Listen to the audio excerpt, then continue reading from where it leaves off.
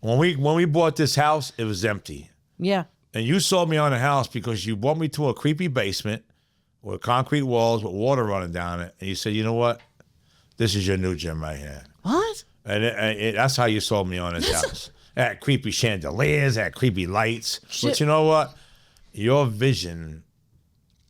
Okay, when we started with this house, okay, I'm gonna bring up a quick accident. Just hold on. We had a giant green still on the Billy lawn. podcast. We had a giant green lawn with 72 Yes. trees, and it was your idea to cut the driveway in half and make a solution, and that was brilliant. Honey, you're talking so fast. You tried to say the word circle and you went shizzer. Shizzer. You cut it into the shizzer. Slow down, love.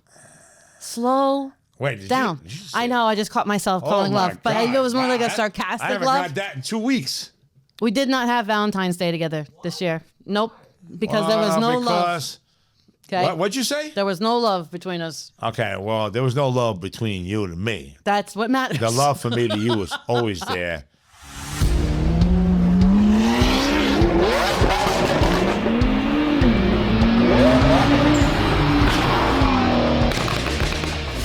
And I actually bought your Valentine's gift a month ago, and I didn't just buy it. It took a lot of work to get your Valentine's. Oh, okay. A lot. Nothing what a woman wants to hear about how much labor went you into. need to know sometimes. Sometimes I think the I- women do need to know.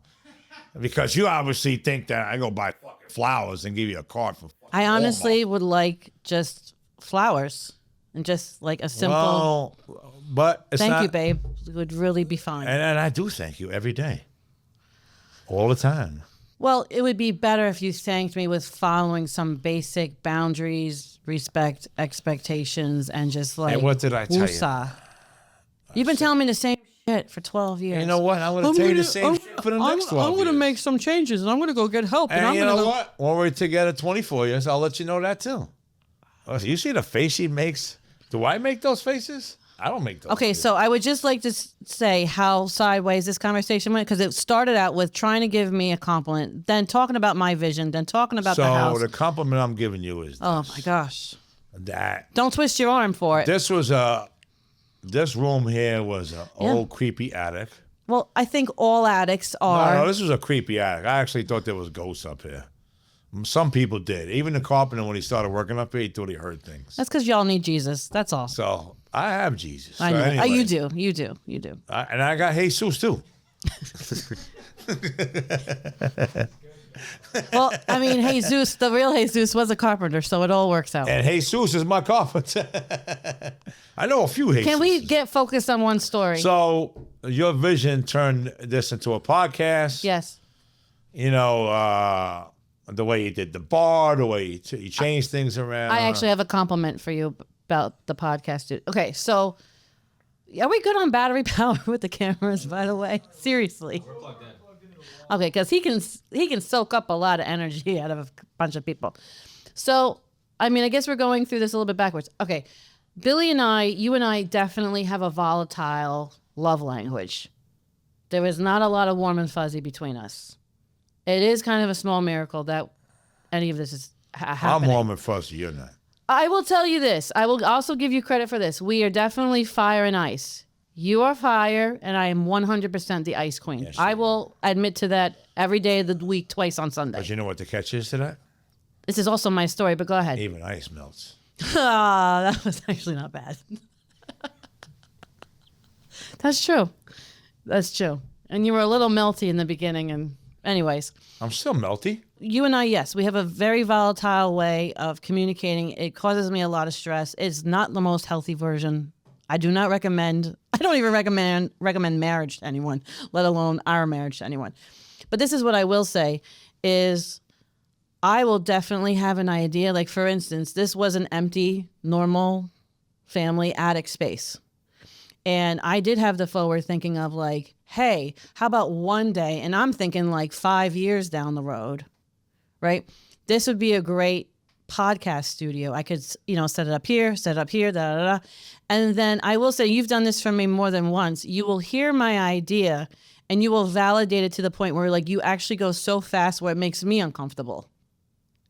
But in a way where like I will have an idea for something, and if I was left to my own devices to actually execute it, it probably never would have gotten done. because I'm so conservative and I'm so like risk aversive, because honestly, I also protect you so much fiscally and everything else that Just not emotionally. there's no warm blanket that contains you. That is for sure. But you know what I'm saying? I'm saying as a compliment. Like, you knew that I had an idea and you were like, well, let's do it now. And I'm like, no, I don't want to do it now. But you pushed me out of my comfort zone, and then, here we are. Hey, look how beautiful it is. I mean, I would like our marriage to be a little bit less volatile. We're working on that. Okay, so let's go back to buying this house, because that's an interesting story, and I think this actually goes to kind of like wealth management and like all this kind of stuff. So Billy and I don't have like cars and we make money because we hang out with you guys. Like that is not what's happening here. So Billy and I, starting back in 2015, we created our own safety and in construction, our own safety and health consulting business. And we're still referral only. We just have our regular customers because we're trying to back out of that because it's super stressful. But anyways, come like 2017, 19, we were outgrowing our home office and our other 17. house. 17.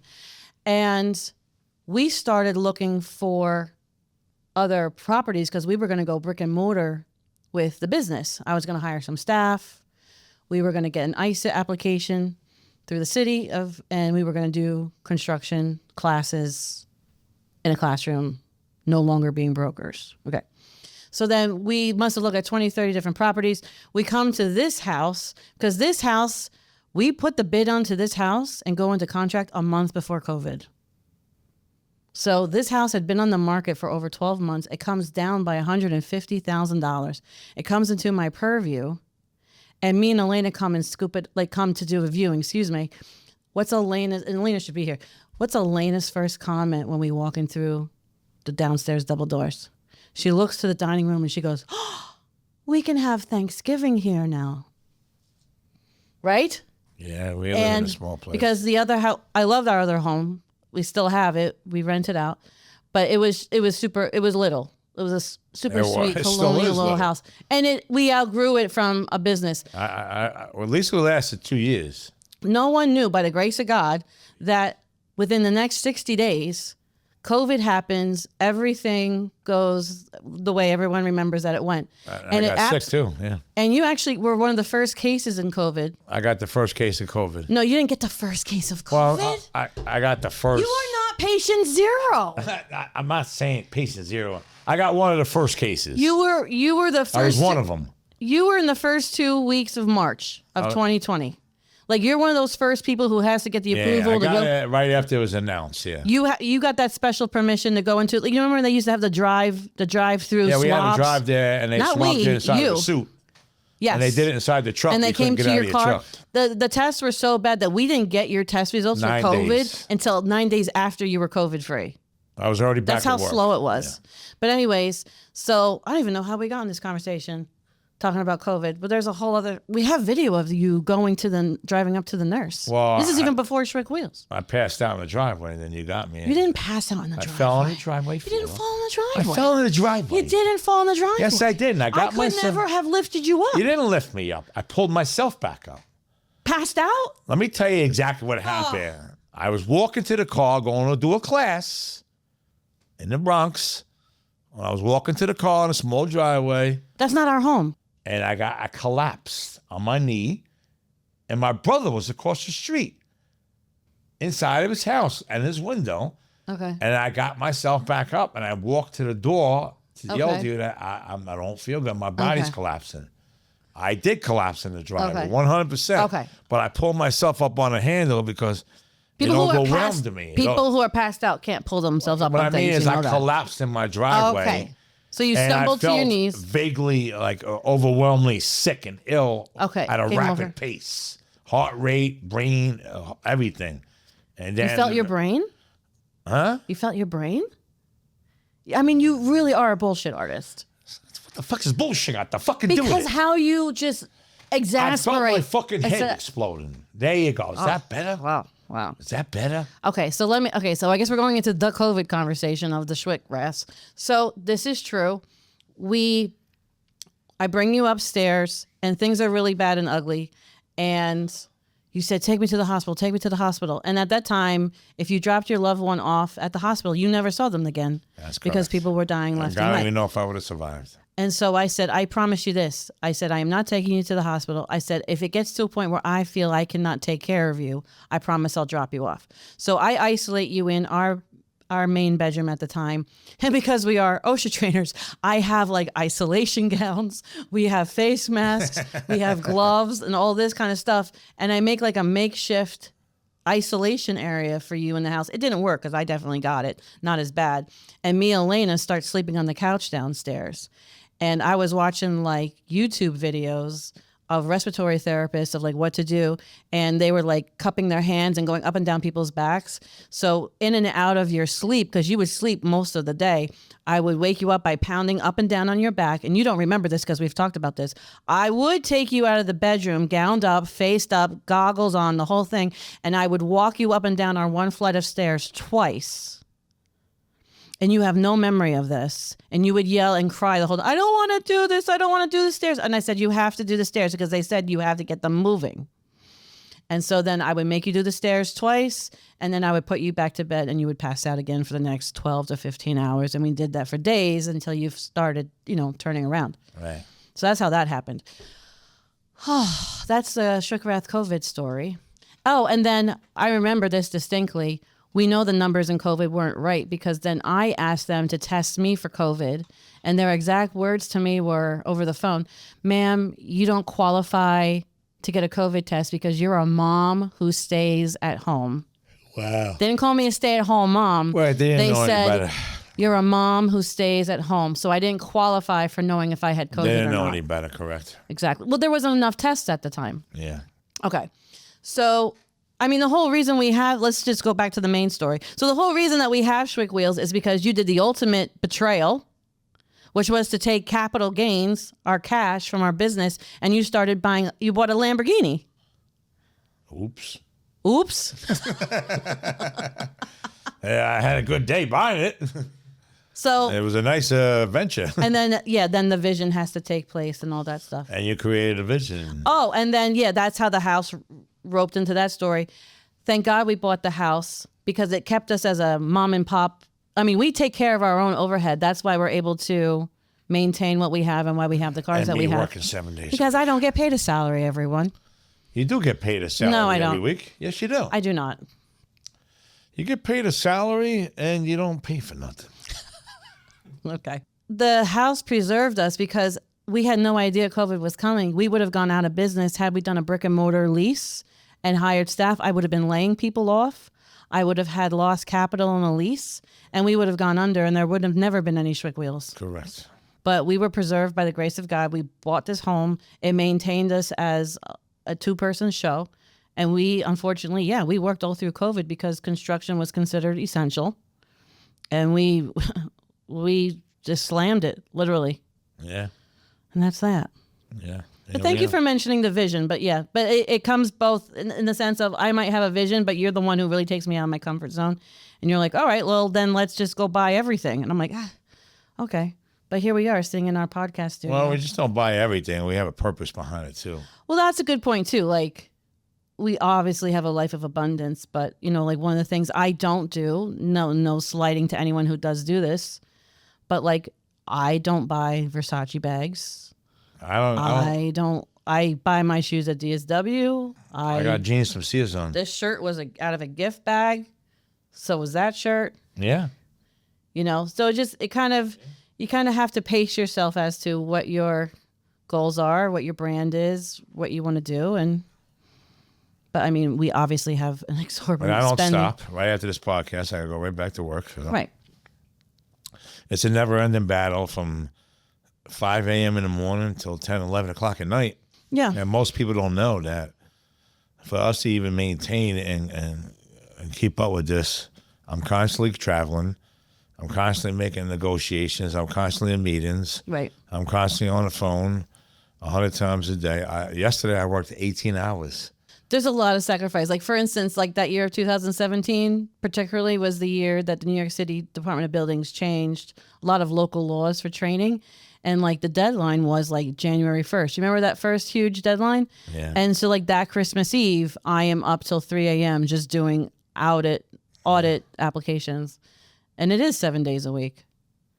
It's and it a is a lot of 7 days a fighting. week job. There's no days off for this No. unless you take an actual vacation. Right. I think most of our trips have been surrounded by the cars at this point, Yeah. which is nice because I actually enjoy. I think the best thing about having the cars, I never wanted a car, but now I can't imagine not having the cars because I love the people around the cars. And I said earlier that, you know, a part of our journey with these cars was that we get to share with other people. Well, that's one of the first things I said to you. And we get to go to the charity events, the dream rides, all these events that you like to do. And I also mentioned earlier when you weren't here that if someone asks you to help out with an event or a charity or Yeah. parade, you're always there. 100%. I'm funny. Sometimes you don't even ask me. You're just ready to go. I don't need to ask you. Yeah, I'm Sherry that's Schwick. I'm Schwick Wheels. I'm Sherry Schwick. Well, I'm Uncle Bill. So? You know what? I'm changing my name to Uncle Bill. That's stupid. That's not a part of the vision board. Uncle B. No, you're fine. Well, what was one of the first things I told you when you had these cars? You remember? What did I say? You said I need a name. No, You need a character. no. I mean, you are a character. Like Well, so are you. I said, if you're gonna have these things, you need to. Use it. Improvise. No, God, you're such a dumbass. I Why said would you say dumbass? because you are. Well, you know what? I'm glad I'm a dumbass, but I'm a rich fucking dumbass. Yeah, you're welcome. Yeah. You're And you're welcome too. Yeah, okay. For me, sacrificing getting the fuck up every day at 5 a.m. while you're sniffing in the fucking room. Okay. I like this. Oh, do you want me to? 4 hours later, I'm still working. You notice that we're still trying to say the nice thing that I was trying to say, right? I said if you're gonna have all these cars, you need to share your toys. And I do. Well, yeah, because I parent you. You don't need to fucking parent. Oh, me. 100%. I already know what I got to do. Yeah. No, that's been really the I best can thing. make a video of I me said- driving across the fucking states to California by myself, in a convertible. Go ahead. That'll make a good I always do say, I'm like, car shows are better than going to church. Well, I wouldn't say that Why? because God must come first. God is at the car show, is my point. I understand that. Like you have fellowship. There's usually like a focus point of like giving and like you are encouraging one another and well, there's One of my always favorite there's places- always jerks in church too. So My favorite place is Dream Ride because of the kids. I that do come love up Dream there. Ride the best. Last year I had a blast with them. Mm-hmm. The kid came into my car. We sang songs. This kid was such a beautiful child, and it's apparent, he was born autistic, but he was so vibrant, Yeah. outgoing that He's was singing adorable. every song that came on the radio. Every song that came on the radio that we were driving to, the kid knew all the words still. I'm like, That is something that's different with us. I mean, there's a whole bunch of different ways of how to do how to do car culture. And we get a lot of hate. See, you're yawning again when the minute I'm having a and I conversation. covered it up. I caught it. You didn't even catch that. Of course I got it. I'm the one who called Look. you out. Smooth right there. Oh my God. So this is hopefully some decent amount of content here. And then we've been rambling on, so we got to tighten this ship up. Same rambling. Gotta This is land what the people plane. want to hear, baby. I don't know. And I think the yawn's going to get me 10 I think we're followers. kind of boring sometimes. I might get a minimum of 10 to 20 files with that yawn. I think what makes us controversial with we get this hate like in person. Oh, actually, it's more behind our back. They let anybody in their car. They let other people drive their cars. Yeah, no shit, Sherlock, because we're not fucking douchebags. Like we're also not garage queens. You want to buy a car and stick it in your garage and never drive it? Good for fucking you. That's not us. That's not the fucking brand we are. That's not the fucking family we are. Guess what? We're going to put a kid, particularly little girls. We put little girls in the driver's seats on purpose. Like dads are cool. They bring up they have like a bunch of kids. They bring the little boy is usually the one who gets in the car. And I go, that's great. We put him in. And then they usually have a little sister. And what do? We just say what? You're usually there. Go ahead. They're like, come on, sweetie. Come on, sweetheart. It's your turn now. Yeah. And then Yeah, like give you them both see a them chance. like, what? And it's been awesome. We'll give them both a chance. But I mean, I think that's kind of the niche that we bring to the car show scene as well as, and listen, there's times when we don't let people in the cars because, it just creates a feeding frenzy. And then people who have ill will against the car, they're just trying to touch it and be disrespectful for it. Like there's definitely a car etiquette that goes into it. But we've gotten a lot of heat from people in person and online and at auto body shops. You know who I'm talking about. They'll be like, they let other people drive their cars. Yeah, that's the whole fucking point, asshole. Because we want to make this approachable. We don't want to be an elitist brand. We're an approachable family car brand. And I'm going to let people touch my car and get in my car and start my car and drive my car when it's appropriate, whenever I fucking feel like it, because it's my fucking Lamborghini. And my mom is going to watch this and I'm going to be in trouble. Let's talk about the Trackhawk getting stolen, because I heard you talking about it before. Because I want to hear my perspective on that. You go ahead. No, but I wanted to talk about it together because I have no. What did you already tell the guys? It's a bad memory. It is a horrible memory. We are in Mexico we're on a vacation that you owe me, and you're trying to this is an I'm sorry vacation for me. Whoa. What do you mean I owe you a vacation? This was on I don't owe myself a vacation? This was I'm sorry, Sharon. Give me one more chance vacation. Okay, first of all, I never said that. It says 100%. You're making me look like a punk. Because I'm better looking than Mr. Let's just call a spade a spade. So this is a vacation that's supposed to be like an extra honeymoon to get us back on track. I will explain the story because you don't have the phone call on me threatening the guy. I saw the phone call. So we're in Mexico. We're actually having a good time, which never happens. And that's not true. It's so true. You're so exaggerated. And we come out of the cave, which was not a great experience for you. Not for me. I don't want to be in caves anymore, especially underwater where I could be trapped. Yeah, that was not I can't save you then. I was not the one who needed saving in the cave. I swam out of it, no problem. It's just not something that's enjoyable. I will tell you this: the water in a cave was so cold. I actually lost my breath, and I got sick. And I actually did need the lifeguard because I couldn't actually get my bearings when I was treading water. I actually couldn't. I actually hyperventilated. I didn't like it. That's for you. So anyways, we come out and then we get the phone call from Action Tire in Lodi, New Jersey on Route 46. And I had a missed call from Action Tire, Joe. And he goes, I got bad news. He goes, I f***ed up. I'm like, what do you mean you f***ed up? He goes, yeah, they stole your car. I said, what do you mean they stole my car last night? My car's in your shop. He goes, no, I left it outside. I said, you f***ing lying motherfucker. Did you tell the guys what was going on that day? We still, to this day, believe that this was some type of inside job. So it was an inside job. So that Trackhawk, 100%, he had something to do with it. So I won that Trackhawk on a U.S. Marshals auction when we were with Lamborghini at the Sonoma Raceway. I'm doing the auction in the parking lot with my earbuds in, and we win a 2018 Jeep Grand Cherokee Trackhawk. No, I need you to stop talking now. It's a 2018 Jeep Grand Cherokee Trackhawk with 1,508 miles on it. And I win it for $88,000. The next Trackhawk that had 95,000 miles on it, it went for like 92,000. Or no, it went for 98,000, excuse me. So anyway, so I win, and it's your birthday. I win the auction for your birthday. And it's the Trackhawk that completes the whole Hellcat collection that we have. Yeah, we had every Hellcat ever made. It's the best custom wrap. It was my design. The custom wrap was mine. It had an 8 miller thick black chrome. It was immaculate. And we take it to Action Tire on a recommendation from somebody. They put how much was that exhaust aftermarket? 5,000, I think. Okay, so they put a brand new aftermarket exhaust on it. Something else goes on it. Only the new tire and wheel is missing. Right, the tire and wheels didn't come yet. They park it outside. Yeah, supposedly. And we watch the security tapes, and it's a two-toned Ford. It's a Ford 250. It's a Ford 250. Yeah, it was all set up. Blue and silver two-tone pickup goes right behind the Trackhawk. The guy goes out, whatever with the key. We get one of the keys back. The chip is missing, whatever. And they make they make a right 90-degree turn out of the parking lot, make another 90-degree turn, and then I'm sure it's chopped up in Newark or something like that.